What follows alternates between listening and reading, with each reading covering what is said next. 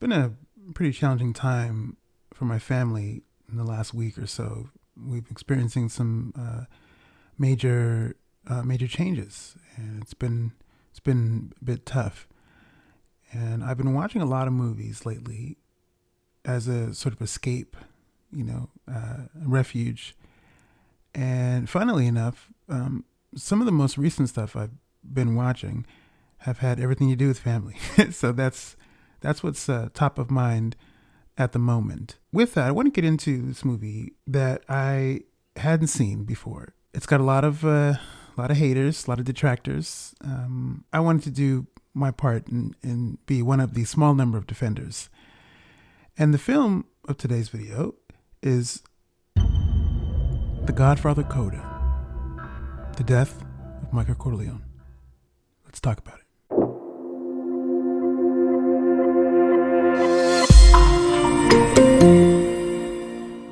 One of the other movies I watched was Unforgiven, which I hadn't seen before, which I loved.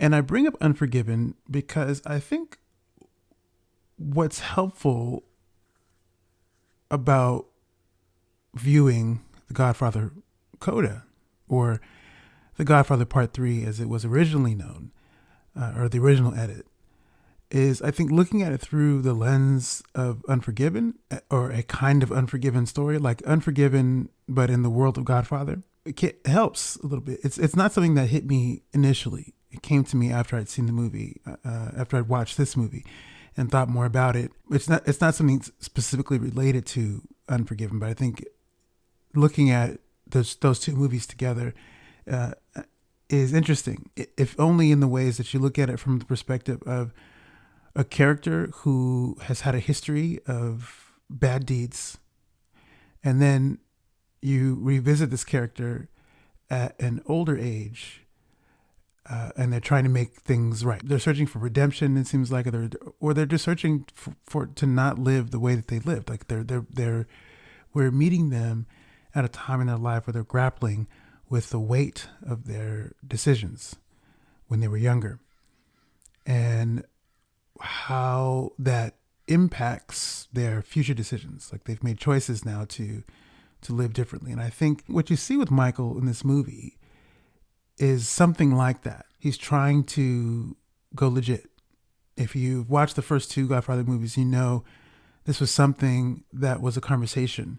It was a thread that came up in the movies before, that the family business, the goal was, at least when Michael came into the picture, the goal was to make the move to legitimacy so that they would no longer be associated with anything that was illegal. This movie, that goal is as close to Michael as it's ever been. It took a while for him to get here, but of course other things happen there's a lot of blockers that come up and prevent him from doing that. So again, as I mentioned at the top of this video, this movie is near universally hated or disliked. And I'm going to say straight out that, yes, this movie is not as strong as the first two Godfather films. There is something that is lacking, but the film is no less valuable. I think when you look at all three movies as a whole, as a complete story of a journey, of a family, and a journey of one man in that family, and what that's about. It's nowhere near as bad as it's been made out to be. I don't think. This film's defenders are, and they're out there. There's not a lot of them, but I'm happy to join the community of defenders of the last Godfather movie, because there's a lot of good to be found in this movie. But I think before I talk about the good stuff, I want to get some of the mixed sort of negative things, the things I had problems with, out of the way first, and then I'll get to the positive stuff. So I think one of the first thing that was an issue for me in this movie was there were threads that came up in this movie that weren't really picked up again in ways that felt satisfying. And I found character interactions, particularly as it relates to Michael and his immediate family. So Michael, his son Anthony, and his ex-wife Kay, the reactions were weirdly calibrated at certain points. I'll get into some examples. The first one having to do with the closing events of the second Godfather movie. If you've seen that movie, you know the deal. Anthony is aware of Michael's actions in The Godfather Part 2. And one of the things that struck me was there's a frustration and sort of disdain in Anthony's response that feels oddly overacted for the amount of time that's transpired since Michael has seen his family. His frustration feels more immediate, as if he just found out certain information. And I think if that were the case, that would be justified. But because there's been so much space, and when we last saw Anthony, he was a child in The Godfather Part 2. So for him to be as angry as an adult, he would have to have just discovered this new information. And that's not the case here. So that felt a little bit odd. Similarly, with Kay, there's a similar energy. When she's talking to Michael for the first time, they hadn't seen each other in years, and this is the first time they're talking. She also has her energy interestingly calibrated, where there's a lot more spice to her responses, as if they had just had an argument 5 minutes before. And granted, there is natural tension in the scene because she's coming to Michael for a favor. She wants Michael to release Anthony from his control so that he can pursue other professional ventures. So just for context, Anthony is currently in law school, and he wants to quit law school to go pursue his dreams as an opera singer. Michael is in control of the family things and family finances, so he obviously is not a fan of Anthony's decision to quit law school. So there's obviously some tension there, which, if there's spice in the responses there, that makes natural sense. But as it pertains to Michael's actions in The Godfather Part 2, that feels weird because there's been so much space in between their interactions. The other thing that struck me about this film that I questioned was the focus on Mary. So there's been a lot of talk about Sofia Coppola's performance as Mary Corleone in this movie. And I actually don't think that she's the issue. If anything, there's something about how she feels dubbed weirdly in the movie. Like the audio sounds off. Like there's something about how her dialogue sounds. It feels stilted a little bit. And I recognize some of that might come down to her relative inexperience as an actor. But she's not terrible in this movie. She actually feels more or less natural, given the context surrounding the events of this movie. So, but I think that was the issue. That was one of the issues. Is she sounds oddly overdubbed, and the focus on Mary, I think, is questionable because it feels like there should be more. There's more juice dramatically with Anthony. I think something about that would have felt stronger if it was a father-son dynamic. To be fair, there is an element of that in this movie, but it's not with Anthony. And I feel like that might have been more dramatically satisfying. That said, what we get with Mary does work. It just feels like the movie has to do a lot more work to establish establish the relationship between Michael and Mary and why that's important. Aside from the fact that that's just his daughter, like we want to feel the connection there. Like there's not a lot of the movie does give us moments between them, and which we need given the events of the movie, given what happens. But something about it feels like you've missed an opportunity with Anthony to make it more, particularly because of Michael's actions in Part 2 and how that, if at least in the beginning of this movie, how Anthony seems, at least we're told anyway, that Anthony is aware of these things. There's something that feels like a miss there. You had something there with Anthony and the family history that you could have played more directly into with Michael. The other huge issue with this movie is no Tom Hagen, no Robert Duvall. Like that's a big issue. I was feeling like Vito Corleone in the first movie. Like, where's Michael? his uncle. Don't worry, it's okay. We're not taking the picture of Michael. I was like, well, what? No, where's Tom at? With a family saga such as this, it becomes that much more important that the faces we recognize are on screen. It's like you go to any family function and the people you know and grew up with, whatever it is, you expect them to be there. So when someone is missing, it's felt. You know, where's grandma so-and-so? Where's Aunt so-and-so? Where's Uncle Jack or whatever? It's immediate and you feel that loss. Now I understand, like if you've done any research, you know some of the backstory that the studio didn't want to pay Robert Duvall what he felt he was worth to be part of the movie. And so as a result, he didn't sign up for the movie. And Tom Hagen's presence would have greatly benefited the movie if for nothing else, just the familiarity and the familial connections and stuff there, that would have been cool. That said, I don't think Robert Duvall in or out is the main issue. Obviously, there's a script issue. There's some script problems that I think contribute to what's happening. But man, Tom Hagen certainly would have helped smooth things over. But that's another issue I had with the movie. No Tom Hagen. And the other big problem for me was production design. So the first two movies had immaculate production design. Like the immersion was complete. There was no question about the time period. Even without knowing specifically what year we were in, it was very clear from the costume design, from the set design, from the cars. Everything was completely rooted in whatever time we were looking at. This movie was a little bit more tricky to get a handle on. I think the cars felt late 70s-ish, which I believe this movie was supposed to be taking place during that time period.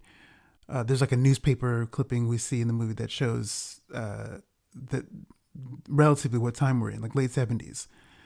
But the production design and like costume design, it was harder to get. It felt more 80s, 90s. So that was trickier.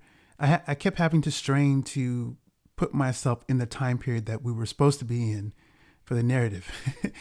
That was, it wasn't a huge issue, but it was huge enough that I noticed the difference between the first two movies and this one.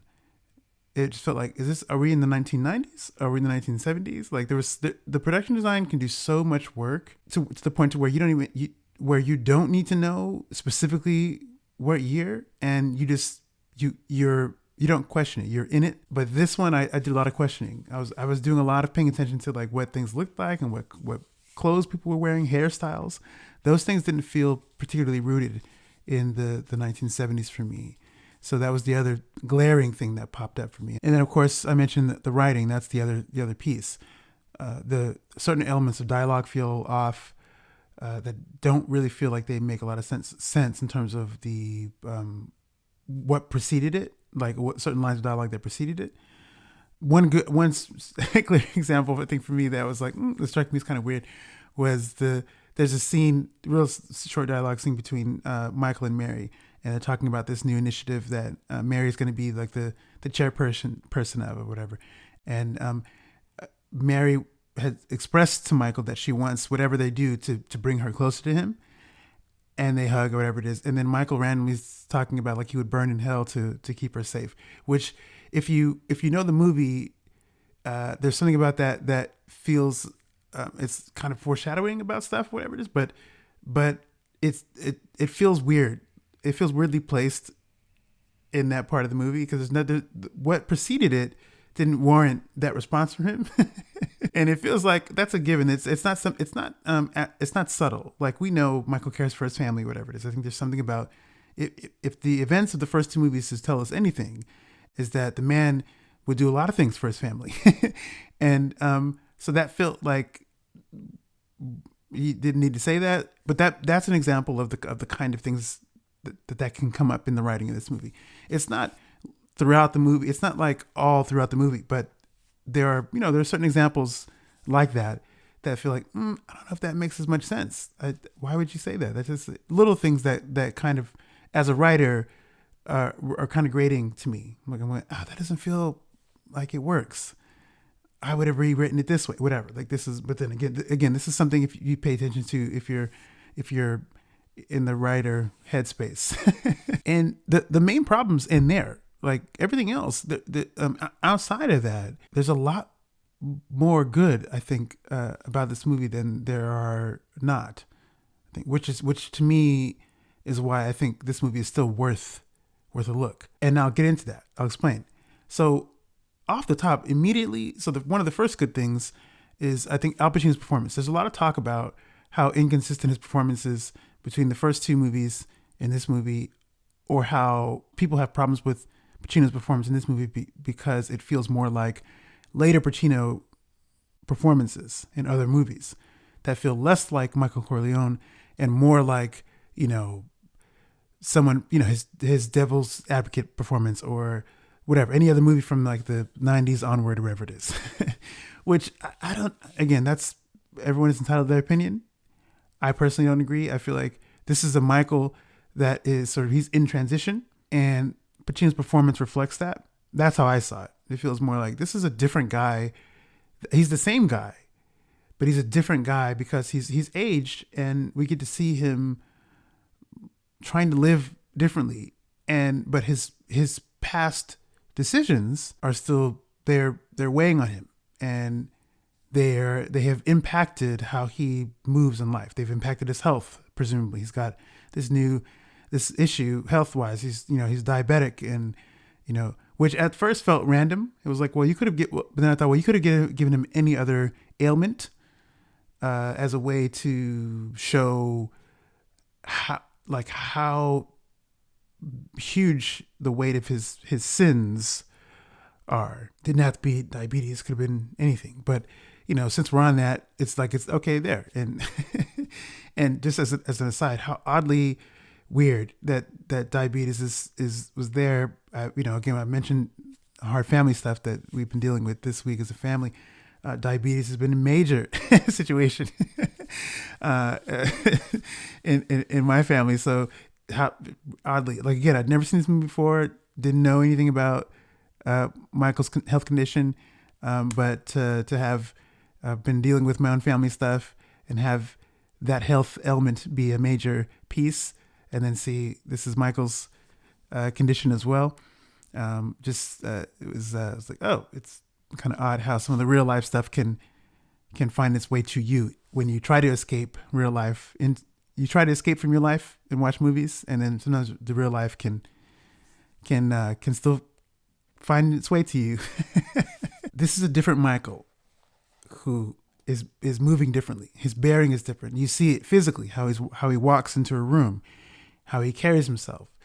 And I think that's less an issue with Pacino's performance as it relates to his later roles, and more to do with how he was playing the character.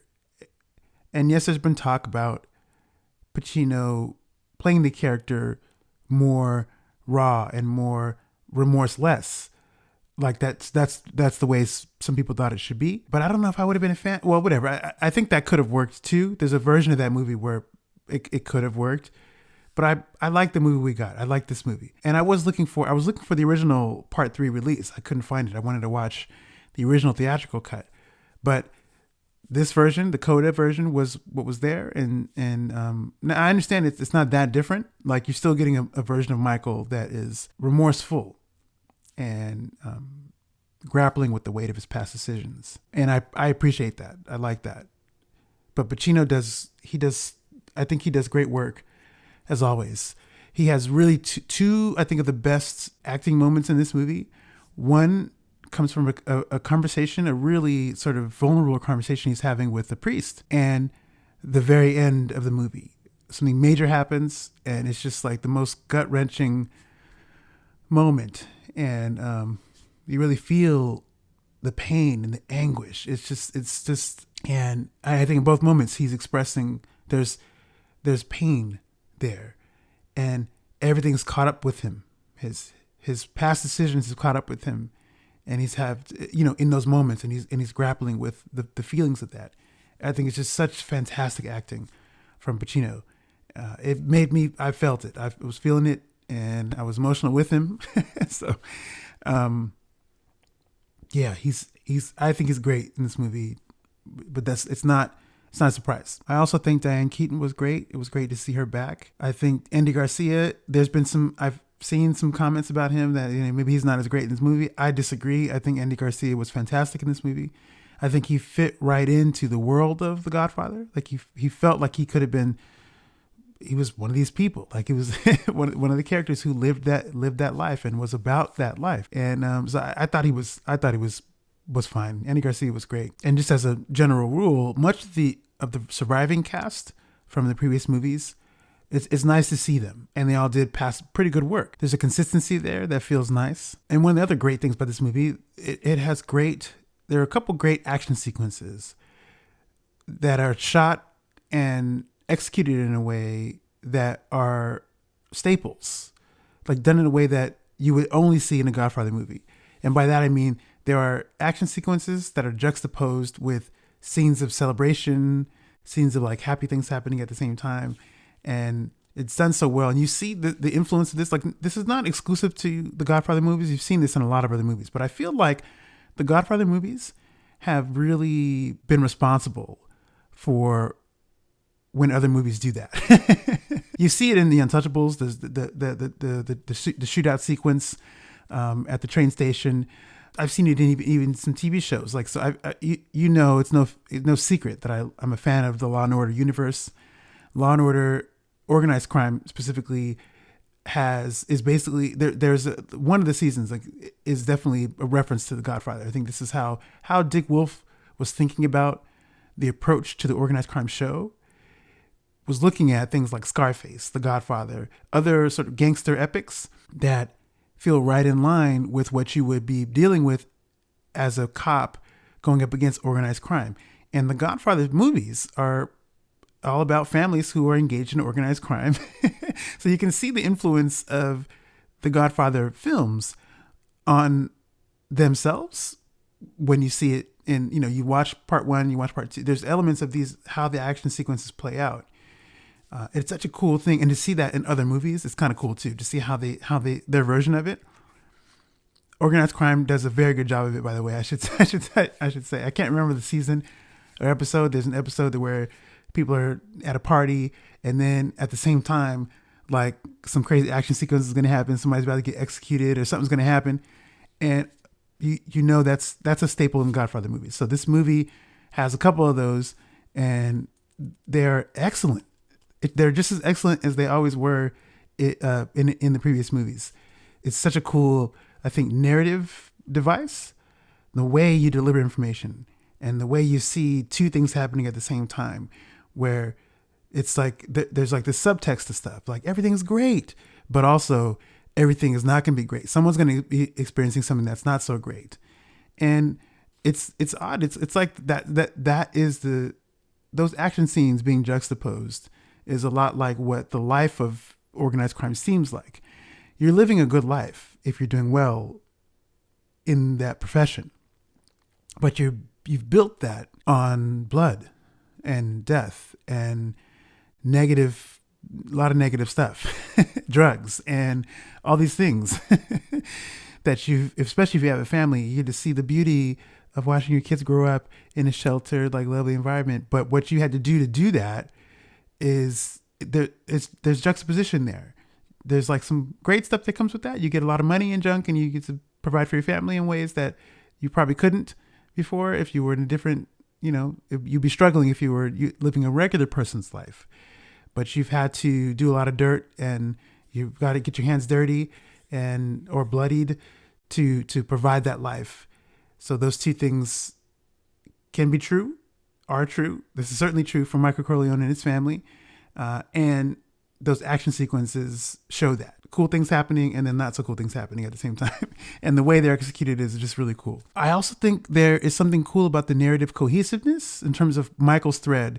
I mentioned this earlier in the video about him wanting to make the family business legitimate, and how this movie is the culmination of that. Like, this is him finally getting to the precipice of actually making that dream a reality.